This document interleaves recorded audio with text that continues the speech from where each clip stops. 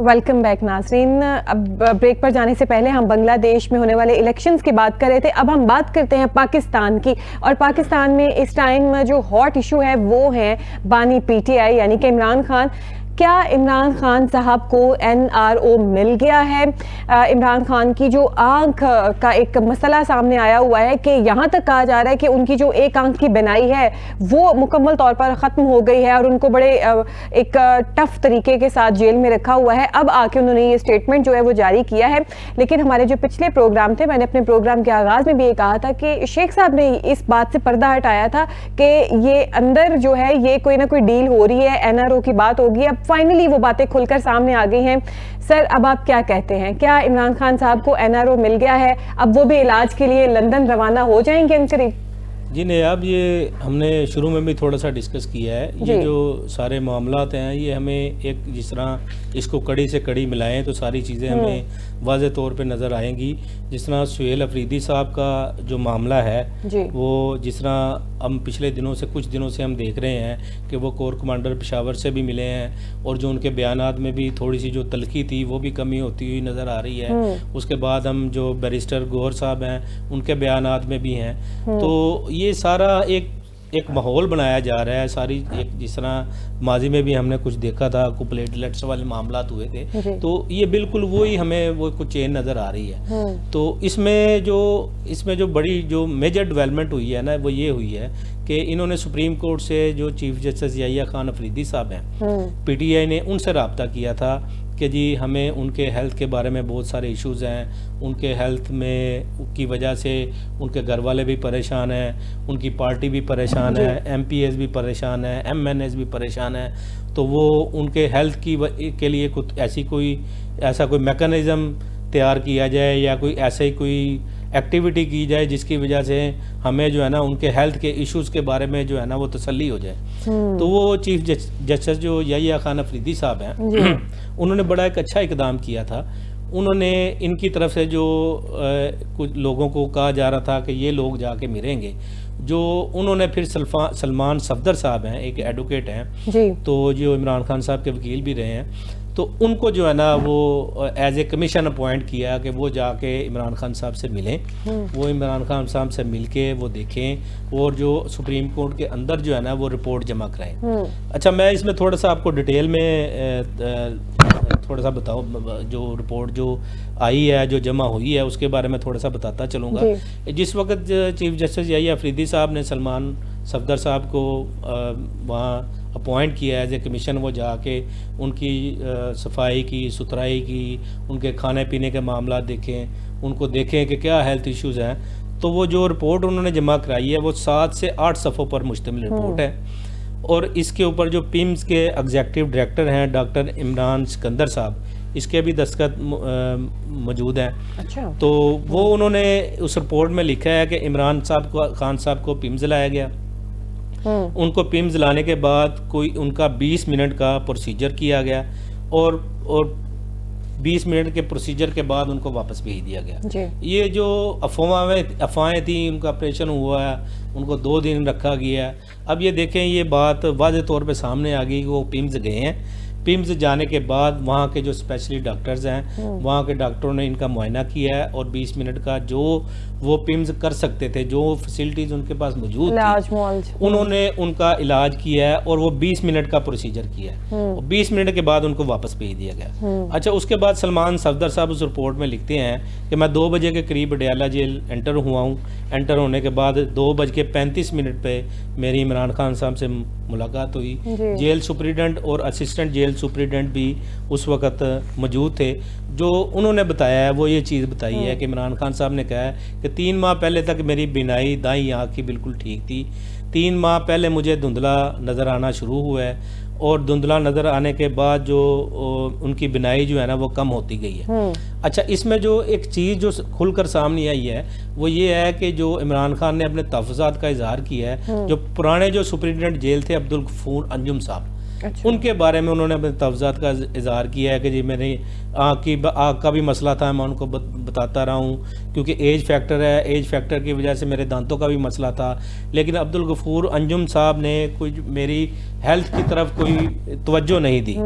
उसके बाद उनके जो पिम्स के डॉक्टर हैं, डॉक्टर आरफ साहब, उन्होंने इनका चेकअप किया था, ये भी उन्होंने लिखा गया है। और उसके बाद जो बड़ी डिटेल में डिस्कस इसमें चीज़ें लिखी गई हैं वो ये हैं कि उनकी सफाई सुथराई, उनको नाश्ता क्या दिया जाता है। उसमें उन्होंने लिखा है कि जी मुझे सुबह के टाइम दलिया दिया जाता है, उसके बाद मेरे साथ मिल के वो मेन्यू डिसाइड किया जाता है कि चिकन कितने दिन मिलेगा, और इस तरह जो मेन्यू मेरे साथ डिसाइड होता है वही मुझे दिया जाता है। उसके बाद इन्होंने ये कहा है कि 5 जो है ना वार्डन मिले हुए हैं, एक असिस्टेंट सुपरिटेंडेंट जेल इनके लिए तैनात है, और जो इनको वाशरूम मिला हुआ है उसकी छत नहीं है, ये भी लिखा हुआ है इसके अंदर। और उसके बाद इन्होंने जो सफाई की, सुथराई की, सिक्योरिटी की और खाने के जितने भी मामलात हैं उसके ऊपर उन्होंने लिखा है कि वो तसल्ली बख्श हैं।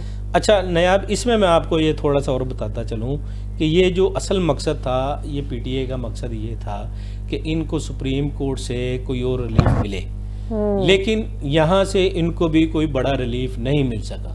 ये रिपोर्ट जमा होने के बाद सुप्रीम कोर्ट के जो चीफ जस्टिस हैं उन्होंने ये लिखा है कि 16 फरवरी तक एक स्पेशलाइज्ड डॉक्टर की टीम से इमरान खान साहब का मुआयना कराया जाए, मुकम्मल आँख का और बाकी सारा मुआयना, और उसकी रिपोर्ट जो है ना 16 फरवरी तक पेश की जाए। ठीक है। अब वो जो स्पेशलाइज्ड डॉक्टर हैं वो कौन अपॉइंट करेगा?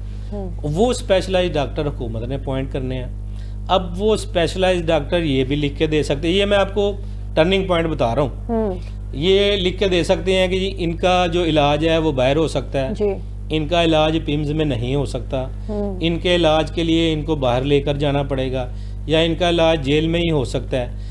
अब जो वो स्पेशलाइज्ड डॉक्टर की जो रिपोर्ट है और जो वो डॉक्टर अपॉइंट करने हैं वो हुकूमत नहीं करने हैं, उसमें सुप्रीम कोर्ट से ये रिलीफ नहीं मिल सका उनको कि वो जो जाती जो उनके जो मुआलजीन हैं या जो जाती डॉक्टर हजरात हैं वो उनका जो है ना मुआवजा करेंगे, क्योंकि वो लिख के दे सकते थे कि जी इनका यहाँ इलाज नहीं, इलाज तो इनका लंदन में ही है। अच्छा, अब जो वो स्पेशलाइज्ड डॉक्टर हैं, अब देखें ना जी, मेन सारी जो हमने पिछले हफ्ते डिस्कस किया था, अब जो फाइनल और टर्निंग पॉइंट है ना वो आ चुका है जी।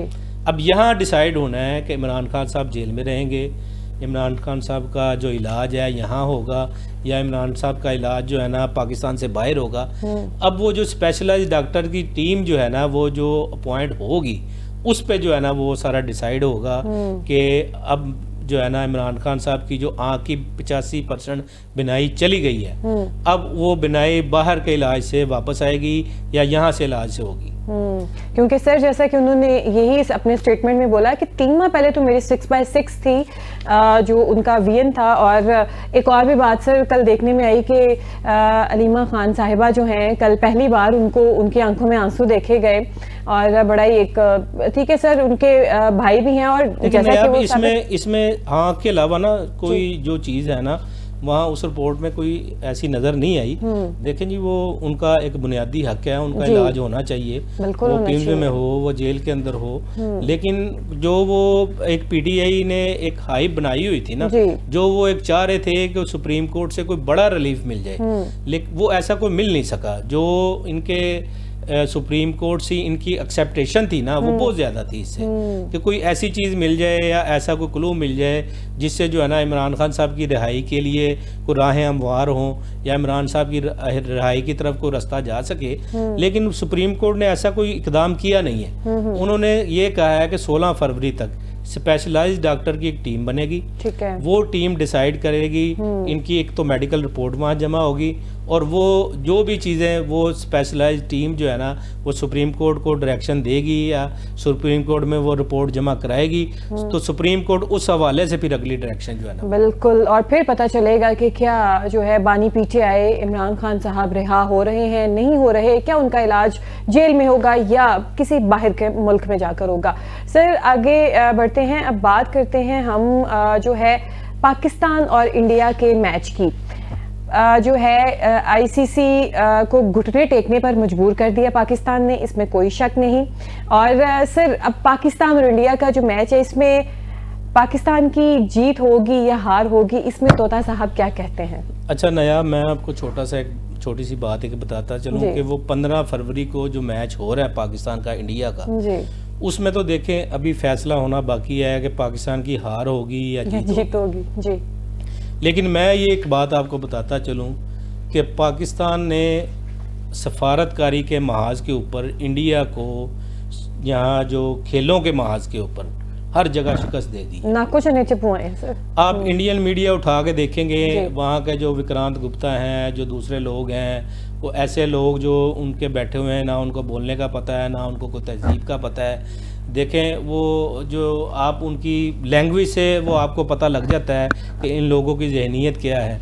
लेकिन मैं आज आपको असल हकायक बताऊंगा कि पाकिस्तान ने आईसीसी को और बीसीसीआई को घुटने टेकने पर मजबूर कर दिया। हुआ इस तरह है कि पाकिस्तान ने जब ये इनकार किया कि पाकिस्तान अपने बांग्लादेशी भाइयों की वजह से ये मैच नहीं खेलेगा, स्टैंड लिया जी पाकिस्तान ने, पूरा स्टैंड लिया, तो उसमें हमने देखा है उस मैच के अंदर 1.3 बिलियन डॉलर की जो आमदन थी वो इंडिया को जाती हुई नजर आई। अच्छा, 1.3 बिलियन डॉलर की जो आमदनी है वो आईसीसी को जाती हुई नजर आई।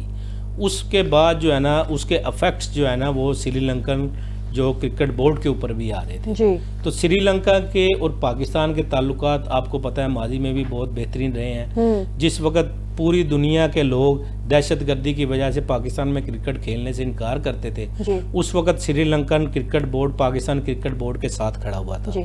श्रीलंकन क्रिकेट बोर्ड ने उस वक्त पाकिस्तान के लोगों का साथ दिया जिस वक्त कोई भी दुनिया की टीम पाकिस्तान में आने के लिए तैयार नहीं थी। वो बायलैटरल सीरीज भी खेलते रहे, वो बड़े इवेंट्स में भी आते रहे। वो श्रीलंकन क्रिकेट बोर्ड और पाकिस्तान क्रिकेट बोर्ड का एक बहुत पुराना जो है ना इत्तेहाद है, और इन लोगों का रिश्ता ना बहुत मजबूत है। अब मैं थोड़ा सा आपको बताता चलूं, जिस वक्त पाकिस्तान ने आईसीसी को ये बिल्कुल वाज़े तौर पे कह दिया कि अगर बांग्लादेश खेलेगा तो पाकिस्तान खेलेगा, तो उसके बाद जो है ना श्रीलंकन प्रेसिडेंट ने हमारे जो प्राइम मिनिस्टर हैं शहबाज शरीफ साहब, उनसे फ़ोन करके रिक्वेस्ट की कि जी आपके हमारे ताल्लुकात हैं। उन्होंने अपने ताल्लुकात का हवाला दिया। उन्होंने ये कहा Pakistan Sri Lankan cricket board Pakistan cricket board के साथ हर जगह खड़ा रहा है। उन्होंने रिक्वेस्ट की कि अगर आप ये मैच नहीं खेलते श्रीलंकन क्रिकेट बोर्ड को भी बहुत बड़ा माली नुकसान जो है ना वो होने का खदशा है, क्योंकि इसमें जो है ना स्पॉन्सर्स होते हैं, उसमें जो एडवर्टाइजमेंट की जो फीस होती है वो सारी चीज़ें जो है ना आपको पता है वो फिर वापस करनी पड़नी। अब पहली जो सिफारिश इंडिया ने करवाई, जो बीसीसीआई ने करवाई, जो जय शाह ने करवाई, जो ये इंडियन मीडिया ये जो बैठ के झूठ बोल रहे हैं, ये जो झूठ बोल रहे हैं, सबसे पहली बात ये मैं आपको बताता चलूं, सबसे पहली सिफारिश उन्होंने ये देखा कि पाकिस्तान श्रीलंकन क्रिकेट बोर्ड की बात को नहीं टाल सकता या इनकी बात हर सूरत मान लेगा, तो उन्होंने सियासी तौर पे वहाँ के प्रेसिडेंट से ये ऑन रिकॉर्ड बात है रिक्वेस्ट करवाई कि जी आप ये मैच खेलें। अब थोड़ा सा आगे आ जाए। उसके बाद फिर आईसीसी ने रिक्वेस्ट की। ये मैं बताना चाहता हूँ इंडियन मीडिया को और गोदी मीडिया को और पूरी दुनिया को कि ये असल हकीकत ये है। उसके बाद उन्होंने आईसीसी से रिक्वेस्ट करवाई। आईसीसी ने रिक्वेस्ट की कि अगर आप ये मैच नहीं खेलते तो हमें 1.3 बिलियन डॉलर का नुकसान होगा, तो उससे जो है ना आईसीसी का दिवालिया निकल जाएगा, उससे जो है ना हम अगले इवेंट्स नहीं करा सकेंगे। आईसीसी के लोग बार बार पाकिस्तान आए, आईसीसी की कॉल्स बार बार आई, आईसीसी के लोगों ने आके जय शाह को आप निकाल दें, उस बंदे की वजह से ये सारे मामलात हुए हैं। ना वो पाकिस्तान को छेड़ता, ना वो मोहसिन नकवी साहब को छेड़ता जब उन्होंने पाकिस्तान की टीम से हाथ मिलाने से इनकार किया, और पाकिस्तान ने ऐसा हर महाज के ऊपर उनको शिकस्त दी है, अब उनको हर जगह घुटने टेकने पर मजबूर किया है। ये बातें इंडियन मीडिया आपको नहीं बताएगा, ये आपको इंडियन मीडिया ये चीजें नहीं बताएगा। इंडियन मीडिया सिर्फ और सिर्फ ये कहते आपको नजर आएंगे जो उनका एक कल्चर है, जो उनका एक रिवायत है, जो उनकी आरएसएस की एक सोच है, जो गालम गलोच की वो वहाँ बैठ के वो बातें करते हैं, वो सिर्फ वही कर सकते हैं। उसके बाद उन्होंने दूसरी सिफारिश करवाई आईसीसी से। उसके बाद उन्होंने हमारे जो ब्रादर इस्लामी मुल्क हैं यूएई से, उनसे उन्होंने हमें सिफारिश करवाई। तीसरी सिफारिश वहां से आई। तीसरी सिफारिश वहाँ से जी। आई। अच्छा, ये सब चीज़ें होने के बाद जब उन्होंने देखा कि पाकिस्तान अभी भी जो है ना वो गुमगू की कैफियत में है, अभी भी कोई फैसला नहीं कर रहा, उन्होंने क्या किया, जो बांग्लादेश क्रिकेट बोर्ड के सदर जी। हैं अमीनुल इस्लाम साहब, जी। उन्होंने आईसीसी के वफद ने उनको वहाँ से बांग्लादेश से अपने साथ लिया।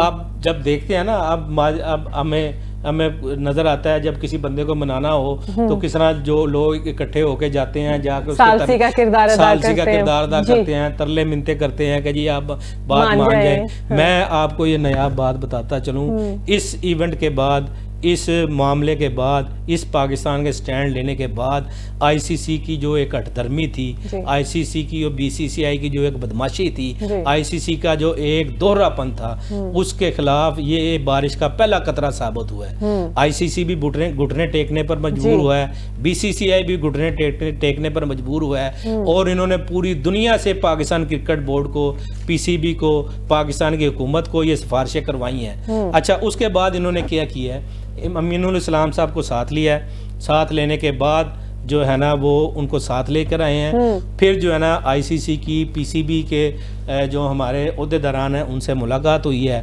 फिर इन्होंने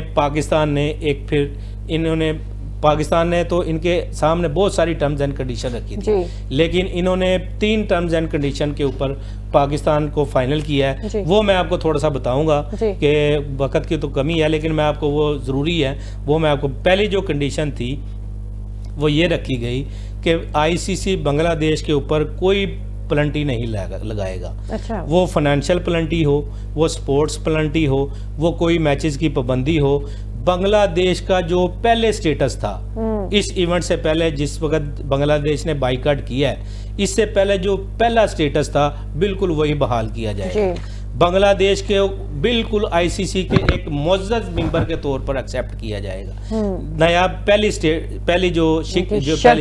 पहली जो शर्त ये मनवाई। फिर आईसीसी जो दूसरी शर्त थी, इसकी आईसीसी का एक वो है कमेटी है, उसको कहते हैं dispute resolution committee. Dispute resolution committee में ये डिसाइड हुआ कि बांग्लादेश अपना जो केस है वो दोबारा पेश करेगा। बांग्लादेश इस केस में दोबारा पेश करेगा जो बांग्लादेश के राइट्स थे वर्ल्ड कप के, जो बांग्लादेश को इस वर्ल्ड कप से जो हिस्सा मिलना था, जो बांग्लादेश को फाइनेंशियल तौर पे फ़ायदा होना था, वो जो डिस्प्यूट रेजोल्यूशन कमेटी है उसके अंदर ही ये केस दायर होगा और वो बांग्लादेश के मौक़िफ़ को सुनेगी। बांग्लादेश के मौक़िफ़ को सुनने के बाद जो है ना वो ये फैसला करेगी कि बांग्लादेश को कितने फाइनेंशियली तौर पे कितना जो है ना वो इनको कंपनसेट किया जाएगा या कितनी पेमेंट दी जाएगी। पहले जो इनको पैसे मिल रहे थे वो पूरे मिलेंगे, लेकिन ये है कि वो समझे कि वो दोबारा केस इनका सुना जाएगा। जो तीसरी शर्त थी वो समझे कि वो एक ऐसी, वो पाकिस्तान ने छक्का मारा है जिसकी वजह से आपको बांग्लादेश के अंदर पाकिस्तान जिंदाबाद के नारे भी नज़र आए हैं और वहाँ के लोगों के अंदर बहुत खुशी भी नज़र आई है और वहाँ के लोगों ने पाकिस्तान की हुकूमत का, पीसीबी का, मोहसिन नकवी साहब का, पाकिस्तान की अवाम का शुक्रिया भी अदा किया। वो तीसरी शर्त नायाब ये थी कि बांग्लादेश में आईसीसी का एक बड़ा इवेंट कराया जाएगा। अब इसमें जो है ना वो आईसीसी एग्री करके गया है। एग्रीसी इसमें कोई रिटर्न नहीं दे के गए, लेकिन वो एग्री करके गए हैं। उन्होंने कहा है कि जी अगला जो वर्ल्ड कप होना है 2031 का, उस 2031 के वर्ल्ड कप से पहले 2028 से 31 के दरमियान बांग्लादेश के अंदर एक बड़ा इवेंट आईसीसी का मुनक्कद होगा।